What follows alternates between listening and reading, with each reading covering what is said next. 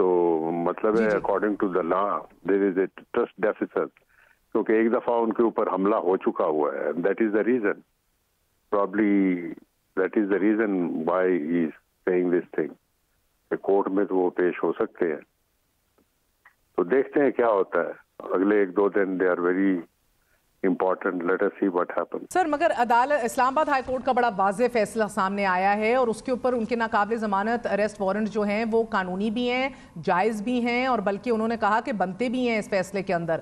پھر بھی انہوں نے شاید اس کو کنفیوز کیا جج زیبا دھمکی کیس سے. مگر اسے قطع نظر سر آپ اگین ایسے بڑی یونیک پوزیشن میں ہیں، اور آج جب تمام تر روابط منقطع ہیں، مس انڈرسٹینڈنگ بڑھتی چلی جا رہی ہیں، آپ کوئی کردار ادا کر سکتے ہیں ادارے اور تحریک انصاف عمران خان کے درمیان تعلقات بحال کرنے میں؟ Under the circumstances, whatever I am supposed to do, inshallah ta'ala, for the betterment of the system, for the country, جو کچھ کر سکتے ہیں کر رہے ہیں. اللہ خیر کرے. بہت بہت شکریہ. ہمارے ساتھ سابق وزیر داخلہ اعجاز شاہ موجود ہیں، آپ نے گفتگو سنی.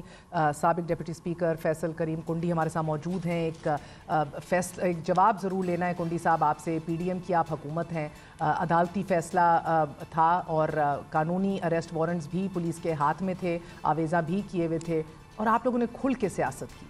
غلط کہہ رہی ہیں؟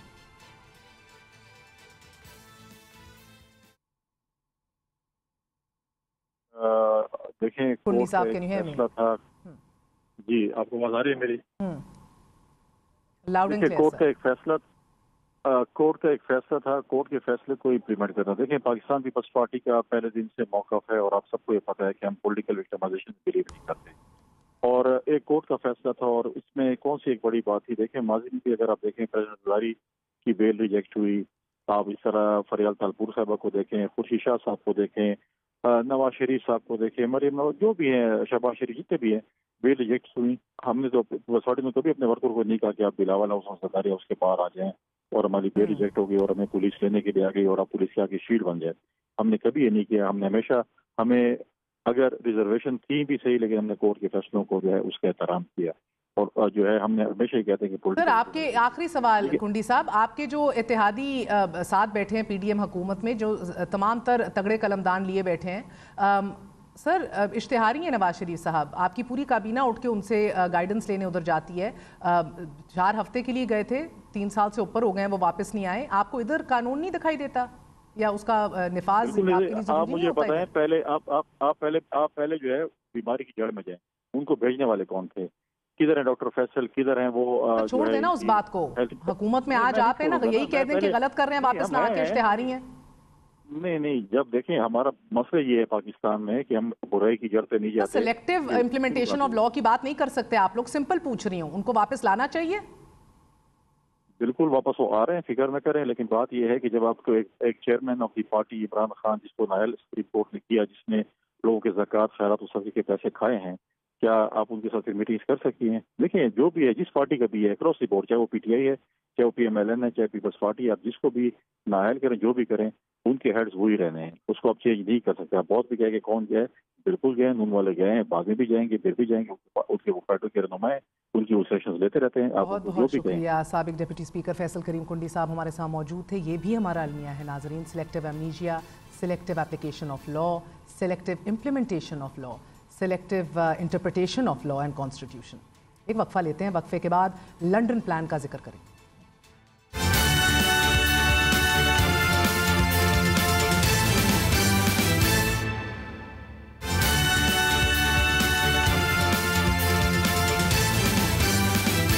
وقت میں جب پولیس زمان پاک میں عمران خان کو گرفتار کرنا چاہتی ہے اور موجودہ حکومت کی دلی خواہش ہے کہ کسی طرح عمران خان گرفتار ہو جائیں، عمران خان سوال پوچھ رہے ہیں. سمجھ نہیں آ رہا کہ آرمی چیف کیوں ان کی پشت پناہی کر رہے ہیں، اور حکومت کے موجودہ اقدامات اسٹیبلشمنٹ کی حمایت کے بغیر ممکن نہیں.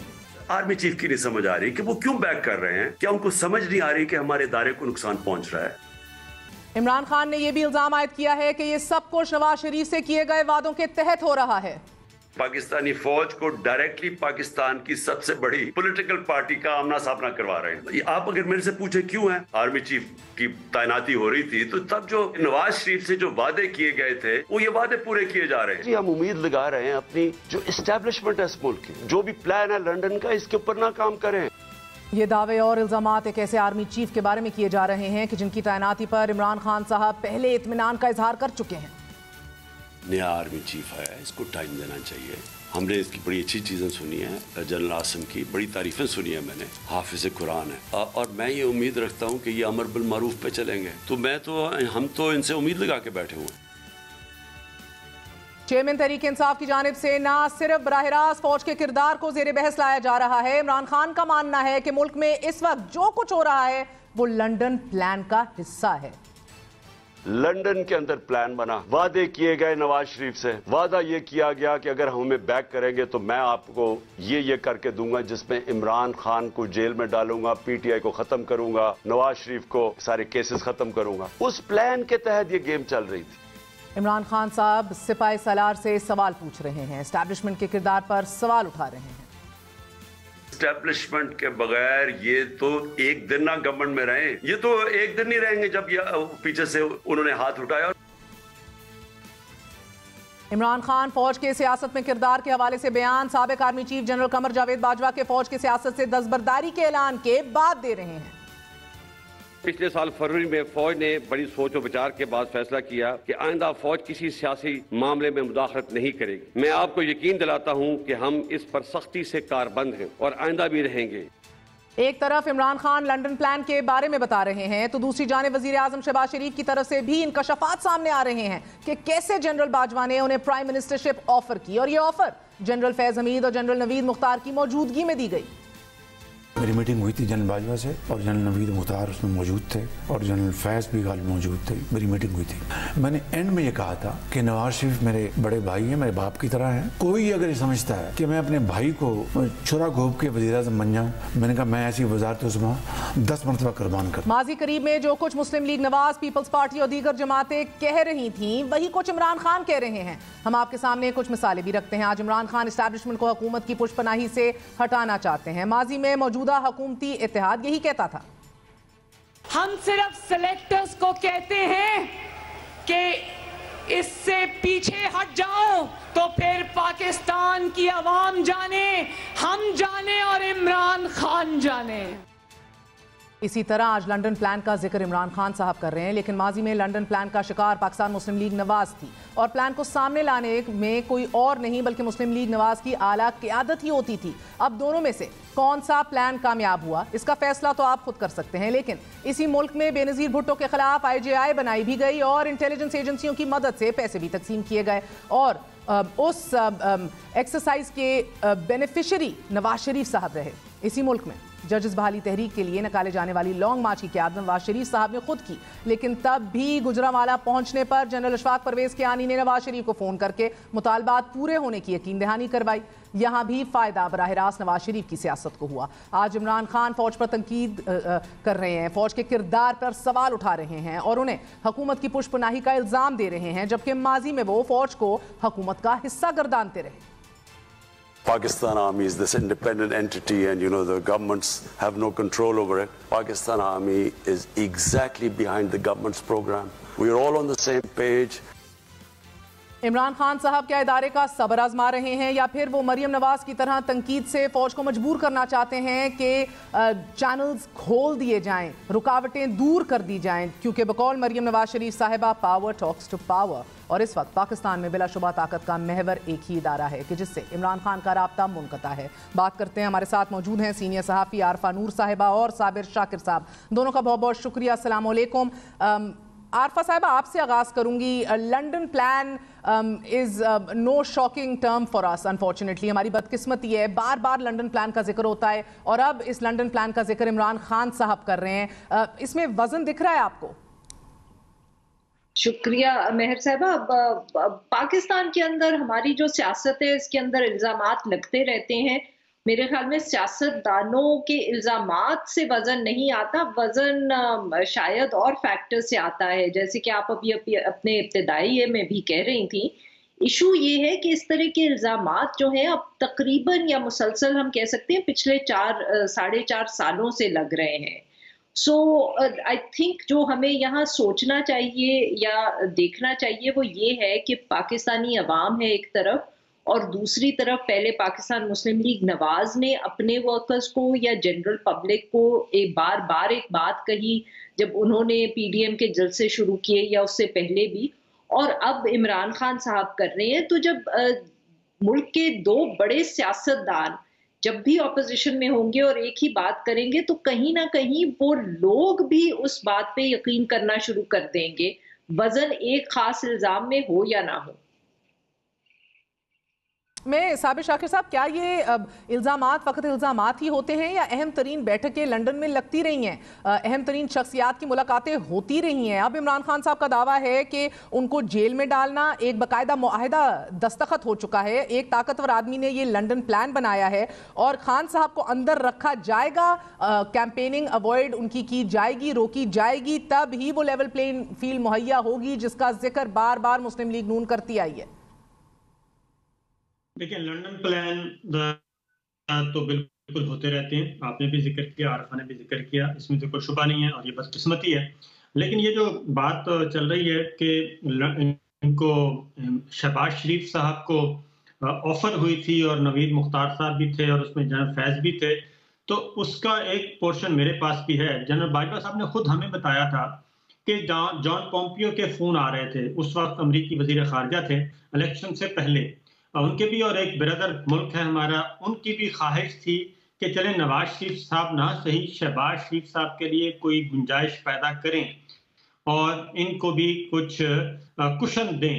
یہ بات باجوہ صاحب نے خود ہمیں بتائی اور اس میں پھر یہ دونوں امریکہ کو بھی اور ان کو بھی انہوں نے ظاہر 100% تو آپ نہ نہیں کر سکتے، ایبسولوٹلی ناٹ تو نہیں بول سکتے، تو وہ بات ان کی سنی جاتی رہی.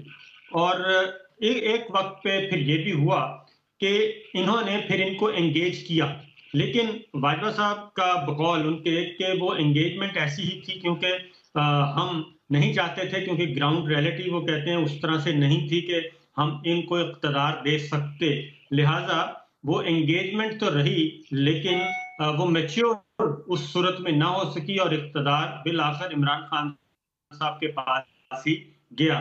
تو یہ باتیں تو اب پہلے تو یہ باتیں ڈھکی چھپی ہوتی تھیں، لیکن اب جو باتیں ہیں وہ تو ساری کی ساری ریکارڈ پہ آ رہی ہیں اور باجوہ صاحب خود ریکارڈ پہ لے کے آ رہے ہیں اور اب بھی بہت ساری باتیں انہوں نے کی اور سارا ملبہ جو ہے وہ جنرل فیض پہ ڈالنے کی کوشش کی. اور جنرل فیض صاحب نے بھی پھر جس طریقے سے باجوہ صاحب بول رہے تھے اسی طریقے سے جنرل فیض صاحب نے بھی رابطہ کیا جرنلسٹوں سے اور انہوں نے اپنی پوزیشن کلیئر کر دی کہ میں تو ایک ڈی جی سی تھا اور میں ایک میجر جنرل اور آرمی چیف کی مرضی کے بغیر میں کیسے کچھ کر سکتا تھا. تو وہ پالیسی باجوہ صاحب ہی کی تھی. تو باجوہ صاحب کے جو 6 سال ہیں انہوں نے اب آپ پوری بات اگر تسلیم کر لی جائے تو یہ بات طے ہے کہ باجوہ صاحب نے 2018 میں بھی مینوورنگ کی اور اس کے بعد تحریک عدم اعتماد بھی مینوورنگ کی، پھر جو مقدمات چلتے رہے اس میں بھی مینوور کرتے رہے اور یہ سارے کا سارا کھیل جو ہے وہ باجوہ صاحب ڈرائنگ روم میں بیٹھ کے کھیلتے رہے اور انہوں نے جب ضرورت پڑی نواز شریف صاحب کو استعمال کیا، جب ضرورت پڑی مریم صاحبہ کو استعمال کیا، جب ضرورت پڑی عمران خان صاحب کو استعمال کیا اور جب ضرورت پڑی زرداری صاحب کے ساتھ وہ انہوں نے بیٹھک لگا لی. تو باجوہ اصل میں یہ سارے کا سارا کیس خود باجوہ صاحب نے تسلیم کر لیا ہے کہ میں بڑا فٹ ہوں آرٹیکل 6 کے لیے اور مجھے ٹرائل کیا جائے.